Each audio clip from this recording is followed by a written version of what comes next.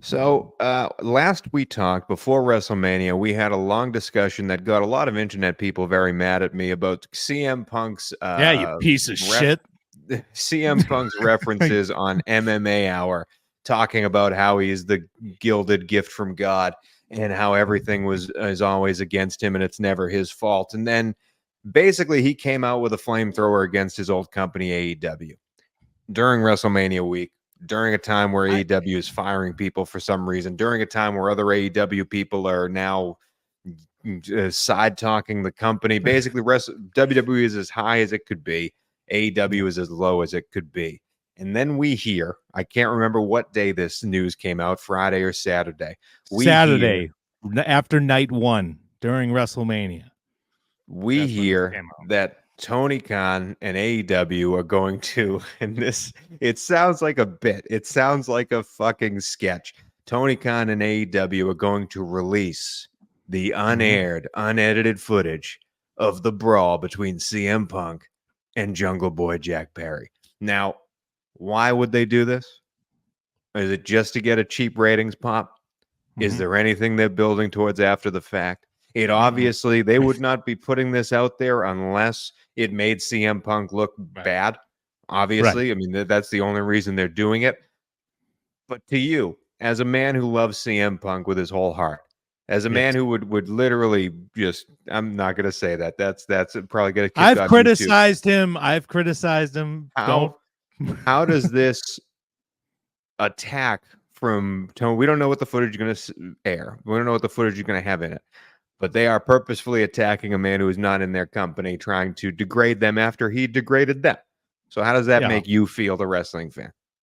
Well, he did it on a podcast. He didn't do it on Raw. So let's start there. Wanted Tony Khan grow a set and go back on Ariel Helwani's podcast, like the MMA Hour, like he did last year, and actually answer some questions last time, because he just sidesteps every question, but now he wants to play the footage. That's cute. But my CM Punk, like, I understand AEW being hurt, and I understand AEW being pissed at CM Punk. And if you want to embarrass him, what I said on the video I posted on this channel a couple days ago, release the footage to TMZ as he's walking down the entrance ramp to call commentary on WrestleMania. Take the attention away from everything. Like, oh my God, this fucking asshole beat the shit out of Jack Perry, or Jack Perry actually beat the shit out of CM Punk and he was lying. Like, if you have that footage, release it during WrestleMania. Like, they're just trying for a cheap ratings pop because they're averaging 750K the past 2 weeks. And I just think, I don't see how, there's my problem with this. We'll move on quickly because we're going to talk about this in more detail after it happens on our next show. But man, what's the plan after you show this? Like, you're going to introduce Jack Perry and then what? Seriously, he's not in the damn company anymore. Like, I understand responding, do it on a podcast. You have that AEW Unrestricted podcast that you gave up on. To revive that, Tony. God damn. Well, yeah, those are my thoughts on Tony Khan devoting AEW Dynamite to CM Punk 7 months after he's been fired. You can frame it how you want, but that's ridiculous in the nutshell. It's like, I can't believe it, but that's all they got. The ghost of CM Punk brings ratings to Dynamite. That's all they have, I guess. Will Ospreay, fuck Will Ospreay. We got CM Punk footage. I am wondering,